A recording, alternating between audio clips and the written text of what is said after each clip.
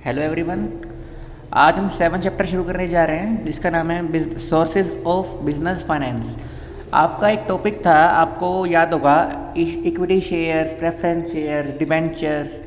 ये कई बार आया था आपका कंपनी 2.5 और 2.6 में। मैंने आपको बोला था ये टॉपिक आपका बाद में आएगा, तो बाद में कराया जाएगा। तो वो टॉपिक इसी चैप्टर का ही एक पार्ट है। अब आपको समझ में आ जाएगा कि एक्चुअल में इक्विटी शेयर्स या शेयर्स होता क्या है और डिबेंचर्स का मतलब क्या होता है और शेयर्स कितने तरह के होते हैं, उनके क्या क्या सब कुछ terms, conditions, rights, power, responsibilities सब जो होती हैं वो आपको पता चल जाएंगी। पहले हम बेसिक पढ़ लेते हैं कि बिजनेस फाइनेंस होता क्या है। अब जैसे आपको पता है कि एक ऐसा कहा भी गया है कि finance is the backbone of any business organisation. कोई भी बिजनेस ऑर्गेनाइजेशन बिना फाइनेंस के, बिना पैसे के चल नहीं सकती है लंबे टाइम तक, या छोटे टाइम तक भी चल नहीं सकती है। हर बिजनेस को, जैसे कि इंसानों को ग्रो करने के लिए खाना चाहिए होता है, उसी तरह से बिजनेस को ग्रो करने के लिए पैसा चाहिए होता है। बिना पैसे के कोई बिजनेस चल भी नहीं सकता है। एक तरह से जैसे कि हम ऑक्सीजन लेते हैं, बिजनेस के लिए फाइनेंस उसी तरह से ऑक्सीजन भी हो सकती है। बैकबोन कहा जाता है इसको। To run a business enterprise smoothly, finance is the utmost importance. In the absence of adequate finance, neither a business can be conducted in an efficient manner, nor it can be possible to expand it. मतलब आपको पता है कि expansion कैसे होता है कि अगर हमारे बिजनेस 2 करोड़ रुपए का है और हमने उसे एक्सपेंड करना है, मतलब कि उसका साइज़ बढ़ाना है, तो हमें पैसा लगाना पड़ेगा। अगर हम पैसा नहीं लगाते हैं, 2 करोड़ का ही रखते हैं, तो हमारा एक्सपेंशन नहीं हो पाएगा। और एक्सपेंशन नहीं हो पाएगा तो जो कंपटीशन में कर रहे हैं, वो पैसा लगा रहे हैं, वो हमसे आगे निकल जाएंगे और हमें इन्वेंचुअली लॉस होने लग जाएगा। फिर तो बिजनेस फाइनेंस का मतलब क्या हुआ कि एक तरह से मॉनेटरी टर्म्स में पैसा होता है जिसके अकॉर्डिंग ही बिजनेस को हम रन कर सकते हैं स्मूथली, एफिशिएंट मैनर में। अब है इसका नेचर क्या है बिजनेस फाइनेंस का। अब पहला पॉइंट है इसमें कि necessary for all types of business. अब चाहे आपका मैन्युफैक्चरिंग बिजनेस हो, चाहे आपका ट्रेडिंग बिजनेस हो, चाहे आपका एजुकेशनल बिजनेस हो, कोई भी बिजनेस हो, हर टाइप के बिजनेस के लिए फाइनेंस जो है नेसेसरी चीज़ है। कोई ऑप्शनल चीज़ नहीं कि अगर आप ये बिज़नेस कर रहे हो तो फाइनेंस की ज़रूरत नहीं पड़ेगी, ऐसा कुछ नहीं है। Business is generally of 2 types, manufacturing and trading. Manufacturing का मतलब होता है कोई चीज़ प्रोड्यूस करना, मैन्युफैक्चर करना, और ट्रेडिंग का मतलब सिर्फ बाइंग और सेलिंग करना, उसमें कुछ प्रोड्यूसिंग नहीं होता है। फिर नेक्स्ट है depends on the size of the business. Business के साइज़ के ऊपर भी डिपेंड करता है कि हमें कितना फाइनेंस चाहिए होगा। अगर हमारा बिजनेस का साइज़ थोड़ा छोटा है या तो सिर्फ लोकल स्केल पे अगर हम बिज़नेस कर रहे हैं, अगर फॉर एग्जांपल मैं एक एग्जांपल लेता हूँ कि हमारी शॉप जो है सिर्फ एक रोहतक के किसी गली में है, तो हमें कम फाइनेंस चाहिए। अगर हमारी शॉप से सामान जो है पूरे रोहतक में जा रहा है तो हमें फाइनेंस ज़्यादा चाहिए होगा। अगर ऑनलाइन हमने कर रखा है अपना बिज़नेस को और हमारा जो सामान है वो पूरे इंडिया में जा रहा है, तो हमें फाइनेंस ज़्यादा चाहिए होगा। तो सेम चीज़ है। Quantity of finance directly depends on the size of the business. In other words, more finance is needed with the increase in the size of business and vice versa. Next point है हमारा includes all type of capital. अब 2 तरह के finance होते हैं, 2 तरह की capital होती है, सॉरी। एक को हम बोलते हैं ओनर्स फंड, एक को बोलते हैं बोरोड फंड्स या डेट फंड्स। ओनर्स फंड का मतलब क्या होता है कि अपना पैसा जो हमने खुद ने लगाया हुआ है उसे हम बोलते हैं ओनर्स फंड। और डेट कैपिटल या बोरोड फंड्स का मतलब होता है जो हमने बाहर से उधार लिया हुआ पैसा है। ये डिफरेंस बेसिकली इन 2 चीज़ों में रहता है। ओनर कैपिटल का मतलब है या ओनर फंड का मतलब है जो ओनर ने अपने जेब से पैसा लगा रखा है, और डेट फंड या बोरोड फंड का मतलब है कि जो उसने बाहर से बोरो कर रखा है, उधार ले रखा है, जैसे बैंक लोन वगैरह हो सकते हैं। फिर नेक्स्ट है फ्लक्चुएटिंग मैनर। जो मेन फैक्टर्स हैं जो इन्फ्लुएंस करते हैं फाइनेंस के नीड को बिजनेस में, वो है लेवल ऑफ बिजनेस क्या है, मतलब कि एक तरह से लोकल लेवल है, नेशनल लेवल है, इंटरनेशनल लेवल है। इन्फ्लेशन का मतलब होता है महंगाई, राइजिंग प्राइसेस। अगर आप इकोनॉमिक टर्म में बात करें तो इन्फ्लेशन मीन्स राइजिंग प्राइसेस। जब हम हमारे गुड्स और सर्विसेज के प्राइसेस बढ़ने लग जाते हैं तो उसे हम बोलते हैं इन्फ्लेशन है, महंगाई है। इंक्रीज और decrease in the demand, sales, purchase on cash और क्रेडिट, इन सभी फैक्टर्स के ऊपर हमें देखना पड़ता है कि हमें फाइनेंस कितना चाहिए होगा। क्योंकि अगर लेवल ऑफ बिजनेस, जैसे मैंने आपको बताया कि लोकल लेवल पे तो हमें कम फाइनेंस चाहिए होगा, जब बड़ा है तो ज़्यादा चाहिए होगा। अगर इन्फ्लेशन है तो हमें ज़्यादा फाइनेंस चाहिए होगा क्योंकि हमें रॉ मटेरियल खरीदना है, वो महंगा हो रहा है, तो हमें ज़्यादा पैसा रखना पड़ेगा। अगर डिमांड इंक्रीज या डिक्रीज़ हो रही है, अगर डिमांड इंक्रीज़ हो रही है तो हमें प्रोडक्शन बढ़ानी पड़ेगी, अगर डिमांड डिक्रीज़ हो रही है तो हमें प्रोडक्शन कम करनी पड़ेगी, तो हमें कम फाइनेंस चाहिए होगा।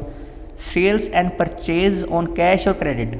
ओन कैश का मतलब होता है कि कैश पे ही सामान बिक रहा है या खरीदा जा रहा है, और क्रेडिट का मतलब है कि उधार खरीदा या बेचा जा रहा है। अगर हम उधार खरीदेंगे तो हमें फाइनेंस कम चाहिए, अगर उधार बेचेंगे तो हमें फाइनेंस ज़्यादा चाहिए होगा, क्योंकि हमारे पास कैश नहीं होगा। फिर नेक्स्ट पॉइंट है हमारा determines the size of the business. जितना हम फाइनेंस लगाएंगे उससे ही बिजनेस का साइज़ भी डिटरमाइन होता है। अगर हमने मान लो फॉर एग्जांपल 20 लाख रुपए लगाए तो हमारे बिजनेस का साइज़ उतना ही उसके अकॉर्डिंग ही डिसाइड किया जाएगा। अगर हम ज़्यादा फाइनेंस लगाएंगे तो उसके अकॉर्डिंग हमारे बिजनेस का साइज़ बढ़ जाएगा। फिर हमारा आता है last point, wider term. Business finance जो है काफ़ी वाइड टर्म है, इससे हम एक तरह से 3 डिसीजन इसमें लेते हैं कि हमें कितना फाइनेंस चाहिए होगा, मतलब एस्टीमेट लगाते हैं कि कितने फाइनेंस की रिक्वायरमेंट है। देन हम उस फाइनेंस की अमाउंट को अरेंज करेंगे। Then last decision, third decision, ये तीनों डिसीजन बहुत इंपॉर्टेंट डिसीजन है। +2 क्लास में भी ये 3 डिसीजन आपके आएंगे और काफ़ी बड़े टॉपिक्स में आएंगे, तो आपको ये याद रखना है कि इसका मतलब क्या होता है। पहली चीज़ें हम होती है, हमें कितने फाइनेंस की ज़रूरत है, हमें कितने पैसे की ज़रूरत है, हम एस्टीमेट लगाएंगे। देन एस्टिमेशन के बाद में हम अरेंजमेंट करेंगे कि भी हमें कहाँ से फाइनेंस जनरेट करना है जहाँ से कम खर्चे में हमें पैसा मिल सके। नेक्स्ट जो डिसीजन होता है वो भी इंपॉर्टेंट डिसीजन है, काफ़ी इंपॉर्टेंट डिसीजन है। हम फाइनेंस जनरेट करने के बाद में, अरेंज करने के बाद में उसे बेटर यूटिलाइजेशन करना भी बहुत ज़रूरी होता है, क्योंकि एक चीज़ मैं आपको यहीं पे बता देता हूँ, साथ साथ ही बता देता हूँ। एक कंसेप्ट होता है टाइम वैल्यू ऑफ मनी, जो कि फ़िलहाल आपके कॉलेज में आएगा, अभी स्कूल में तो है ही नहीं, +2 में भी नहीं है ये कंसेप्ट। तो टाइम वैल्यू ऑफ मनी का मतलब क्या होता है कि अगर आपके पास, मैं एग्जांपल ले रहा हूँ, 3 एग्जांपल ले रहा हूँ मैं, आपके पास अगर 2 करोड़ रुपए हैं घर पे रखे हुए हैं, तो एक तरह से आपका लॉस हो रहा है। क्यों लॉस हो रहा है? क्योंकि वो 1 साल के बाद भी, 2 साल के बाद भी आपके पास 2 करोड़ रुपए ही रहेंगे, कुछ इंक्रीज़ नहीं हो रहा है, ना कुछ डिक्रीज़ हो रहा है। डिक्रीज़ हो सकता है लेकिन इंक्रीज़ नहीं हो रहा है। अगर आप 2 करोड़ को बैंक में जमा करा देते हो 1 साल के लिए, FD करा दी या जो भी कुछ कराया आपने, अगर मान लो 2 करोड़ के ऊपर आपने कुछ करीब 2-3 या 5-6 लाख रुपए कमा लिए 1 साल में, मतलब कि 2 करोड़ रुपए बैंक में जमा करा के जो बैंक पे आपको इंटरेस्ट पे करेगा, उससे आपने 5-6 लाख रुपए, 7-8 लाख रुपए कमा लिए, तो वो भी एक तरह से आपका लॉस ही माना जाएगा, क्योंकि वो बैंक पे करता है आपको फिक्स रेट से। लेकिन आपको एज अ बिजनेस मैन आपको क्या देखना होता है कि अपने पैसे को प्रॉपरली यूटिलाइज करना आना चाहिए, कि किस टाइम पे कहाँ इन्वेस्ट किया जाए कि आपको मैक्सिमम रिटर्न मिल सके। अगर आपके पास 2 करोड़ रुपए हैं, कई लोग ऐसे भी होते हैं जो 1000 रुपये से भी लाख रुपए कमा लेते हैं, तो आपके पास तो 2 करोड़ रुपए हैं, तो 2 करोड़ रुपए का आपको ऐसे इन्वेस्ट करना है कि रिस्क भी कम से कम हो और रिटर्न सबसे ज़्यादा हो। मतलब इतना भी नहीं कि सबसे ज़्यादा हो तो रिस्क भी बहुत ज़्यादा हो, दोनों चीज़ों को अपने न्यूट्रल करके चलना होता है। तो फिर हमारा नेक्स्ट टॉपिक है सिग्निफिकेंस ऑफ बिजनेस फाइनेंस की। बिजनेस फाइनेंस की ज़रूरत ही क्या है, इंपॉर्टेंस ही क्या है। फर्स्ट पॉइंट है necessary for establishing a business. जब हम कोई बिज़नेस एस्टेब्लिश करना चाहते हैं तो उसके लिए फाइनेंस सबसे बड़ी रिक्वायरमेंट होती है, क्योंकि बिना फाइनेंस के हम कोई भी बिज़नेस को एस्टेब्लिश या कमेंस या स्टार्ट नहीं कर सकते हैं।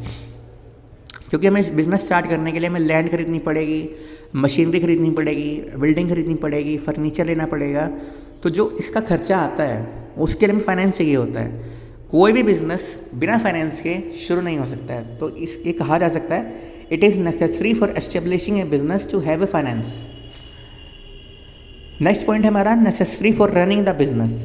अब हमने बिज़नेस स्टार्ट तो कर लिया, लेकिन अब बिज़नेस रन करने के लिए भी हमें फाइनेंस चाहिए। जैसे हम लोगों को सैलरी देंगे, वेजेस पे करेंगे, या रेंट पे करेंगे, रॉ मटेरियल खरीदेंगे, या और भी जो खर्चे होते हैं, उन खर्चों को चलाने के लिए भी हमें कैश फाइनेंस चाहिए होगा। जैसे अगर आप कोई भी बिज़नेस का एग्जांपल ले सकते हैं, कोई मैन्युफैक्चरिंग का ले सकते हैं, कोई ट्रेडिंग का ले सकते हैं, कोई हॉस्पिटल का ले सकते हैं, कोई स्कूल का ले सकते हैं। हर बिज़नेस में बिज़नेस स्टार्ट करते टाइम एंड बिज़नेस रन करते टाइम दोनों टाइम फाइनेंस की ज़रूरत होती है और नेसेसिटी होती है, कोई ऑप्शनल नहीं होता है। फिर नेक्स्ट है necessary for modernisation and expansion of the business. अब मॉडर्नाइजेशन का मतलब क्या होता है कि नई मशीन टूल्स एक तरह से अपनी बिजनेस में लेके आना, कोई ना कुछ रिसर्च एंड डेवलपमेंट करना, कुछ ना कुछ अपग्रेडेशन करना अपने बिजनेस में, और पुरानी चीज़ों को रिप्लेस करना, तो उसमें भी खर्चा आएगा ही आएगा। एक्सपेंशन का मतलब होता है कि अपने बिजनेस के साइज़ को बढ़ा देना। जैसे अगर 2 करोड़ का था वो 3 करोड़ का कर देना, तो सिंपल से जैसे बात से ही पता लग रहा है कि फाइनेंस बढ़ाया जा रहा है, तो उसके लिए भी नेसेसरी होता है। अब मॉडर्नाइजेशन का मतलब क्या होता है, जैसे पहले क्या होता था, टाइपराइटर्स थे, फिर कंप्यूटर्स आ गए। अब टाइपराइटर सस्ता होता है, कंप्यूटर महंगा होता है। तो वैसे ही पता चल रहा है कि अगर मॉडर्नाइजेशन आप करते हो अपने बिजनेस में तो आपको फाइनेंस ज़्यादा चाहिए ही होगा, same as expansion. Next point है हमारा necessary for availing the business opportunities. Business opportunities एक चीज़ मैं आपको यहाँ पे एक और पॉइंट बता देता हूँ, ये भी प्लस टू क्लास का ही है पॉइंट, शायद से प्लस वन का भी हो सकता है, किसी और टॉपिक में अगर आगे आया तो, मुझे लगता नहीं शायद आएगा। मैं एक चीज़ बता रहा हूँ, एक चीज़ होती है स्वोट एनालिसिस, ये आपकी कॉलेज में भी आएगी और स्कूल में तो आएगी ही आएगी, और काफ़ी इंपॉर्टेंट पॉइंट है क्योंकि आपको ये लाइफ के लिए भी इंपॉर्टेंट ही है, बिजनेस के लिए तो है ही है। स्वोट एनालिसिस का मतलब होता है SWOT। S का मतलब स्ट्रेंथ, W का मतलब वीकनेस, O का मतलब अपॉर्चुनिटीज़, T का मतलब थ्रेट्स। हर बिजनेस को अपने हर पर्सन को भी अगर देखा जाए तो अपना स्वोट एनालिसिस करना बहुत ज़रूरी होता है। अगर वो स्वोट एनालिसिस कर लेता है तो उसे पता होता है कि बिजनेस में भी या लाइफ में भी उसकी स्ट्रेंथ क्या क्या है, उसकी वीकनेस क्या क्या है, और फ्यूचर में ऐसी कौन सी अपॉर्चुनिटीज़ उसके लिए आने वाली है जो वो अवेल करेगा तो उससे प्रॉफिट हो सकता है, और कहाँ पे उसको खतरा रहेगा। थ्रेट्स का मतलब खतरा है। तो फाइनेंस भी एक तरह से इंपॉर्टेंट फैक्टर होता है कि बिजनेस अपॉर्चुनिटीज़ को अवेल करने के लिए। अगर मान लो फॉर एग्जांपल कि मुझे लगता है कि भाई अगले 1 साल में ये इंडस्ट्री में अगर मैं पैसा इन्वेस्ट करूँगा तो मेरा प्रॉफिट हो जाएगा, मेरे लिए अपॉर्चुनिटी है, तो अगर मेरे पास फाइनेंस होगा तो ही मैं उसका फ़ायदा उठा पाऊँगा ना अपॉर्चुनिटीज़ का। अगर मेरे पास फाइनेंस ही नहीं होगा तो मैं उसका फ़ायदा नहीं उठा पाऊँगा। तो अपॉर्चुनिटीज़ को अवेल करने के लिए भी फाइनेंस ज़रूरी नेसेसरी होता है। नेक्स्ट है नेसेसरी फॉर फेसिंग रिसेशन। अभी ये था बिजनेस अपॉर्चुनिटीज़। नेक्स्ट आ गया थ्रेट्स हमारा, इसमें ये आ गया। अब मैंने आपको एक चीज़ बता दी, इन्फ्लेशन का मतलब होता है राइजिंग प्राइसेस। रिसेशन का मतलब होता है जब हर चीज़ की डिमांड सप्लाई, हर चीज़ की डिमांड बिल्कुल गिरने लग जाती है, इनकम लेवल लोगों का कम होने लग जाता है, उसे हम बोलते हैं रिसेशन। एक तरह से हम इसको हिंदी में बोल सकते हैं मंदी आ जाना बाज़ार में। मतलब कोई चीज़ कुछ बिक ही नहीं रही है, कोई डिमांड भी खत्म हो चुकी है हर चीज़ की, कुछ कंज्यूमर कुछ खरीदना ही नहीं चाह रहा है। ऐसे नहीं कि 1-2 कंज्यूमर खरीदना नहीं चाह रहे, पूरे मार्केट में ही एक तरह से मंदी आ जाती है, उसे हम बोलते हैं रिसेशन। क्योंकि ये इकोनॉमिक टर्म है, रिसेशन और इन्फ्लेशन। अगर आपको फिर भी डाउट हो तो मुझसे ब्रीफ मतलब कि पूरा एक्सप्लेनेशन के साथ भी पूछ सकते हैं, फ़ोन पे बताऊंगा मैं। तो रिसेशन को फेस करने के लिए भी फाइनेंस ज़रूरी होता है, क्योंकि रिसेशन में बिजनेस का एक्चुअल में लॉस हो रहा होता है। कोई भी बिजनेस नहीं चाहता कि रिसेशन कंडीशन मार्केट में आए, कभी भी आए, क्योंकि रिसेशन में उनके सामान बिक नहीं रहा होता है, सेल नहीं हो रही होती है, और उस केस में उनका सामान कुछ ख़राब भी हो रहा होता है, तो उस वजह से उनका लॉस हो रहा होता है। कोई बिज़नेस अपना लॉस नहीं चाहता है, और लॉस में कुछ टाइम बिजनेस को चलाना पड़ता है, लॉस में भी, क्योंकि अगर लॉस में वो नहीं चलाएंगे और अपने आप को एक तरह से एटीट्यूड में रखेंगे तो उनका बिजनेस बंद भी हो सकता है। तो उसके लिए उन्हें अपने पास एक रिजर्व रखना पड़ता है, जिससे मैं जिस टाइम मुश्किल टाइम में अपने बिजनेस को चला सके स्मूथली। अगर उनके पास फाइनेंस नहीं हो, जैसे मैं आपका अभी एक का एग्जांपल ले लेता हूँ, जैसे अभी फिलहाल रिसेशन ही चल रहा है। जब लॉकडाउन हुआ था रिसेशन शुरू हो गया था हमारा, क्योंकि डिमांड्स कम हो गई थी, सेल परचेज कम हो गई थी। तो उस केस में जो बिज़नेस अपने पास रिजर्व रख रखा था जिन्होंने, जिससे में से वो प्रॉफिट को यूज़ कर सकते थे, तो वो बिज़नेस आज भी और बेटर वे में चल सकते हैं। लेकिन वो बिज़नेस जैसे कुछ स्कूल्स वगैरह हैं, जैसे हमारे स्कूल में इंक्लूड कर लिया जा सकता है इसमें, कि जिसने अपने पास रिजर्व नहीं रखा था, वैसे चल तो सही रहा है, लेकिन नॉर्मली चल रहा है, लेकिन अभी पता नहीं आगे का क्या प्रोग्राम रहेगा। लेकिन रिसेशन को फेस करने के लिए भी फाइनेंस बहुत ज़रूरी होता है। फिर हमारा लास्ट पॉइंट है नेसेसरी फॉर इंक्रीजिंग गुडविल। अब गुडविल बढ़ाने, गुडविल में आपको पता है कि क्या होता है, रेपुटेशन होती है बिज़नेस की, इमेज होती है बिज़नेस की। उसको अगर हम इंप्रूव करना चाहते हैं, एनहांस करना चाहते हैं, तो हमें फाइनेंस चाहिए होगा, क्योंकि हमारी रेपुटेशन कब इंक्रीज़ होती है, कब इंप्रूव होती है, जब हम टाइमली पेमेंट करते हैं। अगर हमारी पेमेंट जो है वो ड्यू डेट के बाद में भी ड्यू रहती है तो हमारी रेपुटेशन कम होने लग जाती है, तो उसके लिए भी हमें फाइनेंस चाहिए होता है। फिर हमारा पॉइंट आता है फाइनेंशियल रिक्वायरमेंट्स। अब हमें जो पैसा चाहिए होता है, अब ऐसा तो है नहीं कि हमें पैसा चाहिए, ठीक है समझ लिया, सोच लिया इतना पैसा चाहिए, इतना अरेंज कर लिया, इतना पैसा इन्वेस्ट कर दिया, हो गया, इतना नहीं होता है। हमने एक डिसीजन इसके साथ एक और लेना होता है कि हमें कितने टाइम पीरियड के लिए हमें पैसा जनरेट करना है। अगर ओनर्स फंड है तो हमें सोचने की ज़रूरत नहीं होती है, लेकिन in case of borrowed funds हमें ये देखना पड़ता है कि हमें किस किस सोर्स से पैसा जनरेट करना है और कितने टाइम पीरियड के लिए पैसा जनरेट करना है। अब इसमें 3 टाइम पीरियड होते हैं, long term, medium term and short term. Long term financial need जो होती हैं वो एक तरह से 10 साल या 10 साल से ज़्यादा के लिए की जाती हैं। मतलब लॉन्ग टर्म अगर रिक्वायरमेंट है, जैसे लैंड, बिल्डिंग, मशीनरी, फर्नीचर खरीदना है, तो फर्नीचर को हम इसमें इंक्लूड नहीं करते हैं। Normally land, building and machinery, अगर जो भी चीज़ हमने 10 साल से ज़्यादा के लिए यूज़ करनी है तो उसके लिए हम लॉन्ग टर्म फाइनेंस जनरेट करते हैं, और ये होता है 10 साल या 10 साल से ज़्यादा के लिए। फिर आता है हमारा मीडियम टर्म। मीडियम टर्म का मतलब होता है कि 1 साल से 10 साल तक के बीच में अगर हमें फाइनेंस चाहिए, ये फाइनेंस इसलिए चाहिए होता है कि अपग्रेडेशन करने के लिए, रिप्लेसमेंट के लिए, रिसर्च एंड डेवलपमेंट के लिए एंड लार्ज स्केल पब्लिसिटी के लिए। देन हमारा लास्ट में आता है शॉर्ट टर्म फाइनेंशियल नीड्स या शॉर्ट टर्म फाइनेंस। ये हमें चाहिए होता है मैक्सिमम 1 साल तक के लिए हमें जब पैसा चाहिए होता है तो हम लेते हैं शॉर्ट टर्म फाइनेंस। अब ये किस चीज़ के लिए चाहिए होता है? कोई प्रोस्पेक्टस छापने के लिए, रॉ मटेरियल खरीदने के लिए, सैलरी वेजेस पे करने के लिए, रेंट पे करने के लिए। तो ये 3 नीड्स हैं on the basis of time, financial requirements, long term finance, short term finance and medium term finance. अब हम आगे पढ़ेंगे। वैसे ये हमारा टॉपिक कल का है, जो मैं अभी आपको बता देता हूँ कि कल हमने क्या पढ़ना है। इसे टोटल 9 पार्ट्स हैं, long term, medium term and short term के मिला के जो फाइनेंस सोर्सेज ऑफ फाइनेंस होते हैं। कल हम पढ़ेंगे equity shares, preference shares, debentures and ploughing back of profits and और रिटेन प्रॉफिट्स। कल हम बस पहले 4 ही पढ़ेंगे, देन परसों हम अगले 4 पढ़ेंगे, जिसमें आएगा specialised financial institutions, public deposits, commercial banks and trade credit. ICD आपका सिलेबस से कट ऑफ हो चुका है तो ये हम नहीं पढ़ेंगे। मैं आपको एक चीज़ और बता देता हूँ, एक छोटा सा ही पॉइंट रह गया आपका। 2 तरह की फाइनेंस या 2 तरह की हम कैपिटल बोलते हैं। जैसे मैंने आपको शुरू में बता दिया था कि owners fund and borrowed fund. Owner's fund का मतलब होता है कि जो पैसा बिजनेस के ओनर ने खुद की जेब से लगा रखा है उसे बोलते हैं ओनर्स का फंड, ओनर फंड। ये 3 तरह के होते हैं, equity shares, preference shares and ploughing back of the profits. ऐसे ये पॉइंट आपको मैं ब्रीफली कल एक्सप्लेन करूंगा कि होते क्या है एक्चुअल में, मैं लेकिन आपको ब्रीफली बता देता हूँ कि होता क्या है। जितने भी कंपनी के शेयर्स होते हैं और शेयर होल्डर जो होते हैं, share holder are the real owners of the company.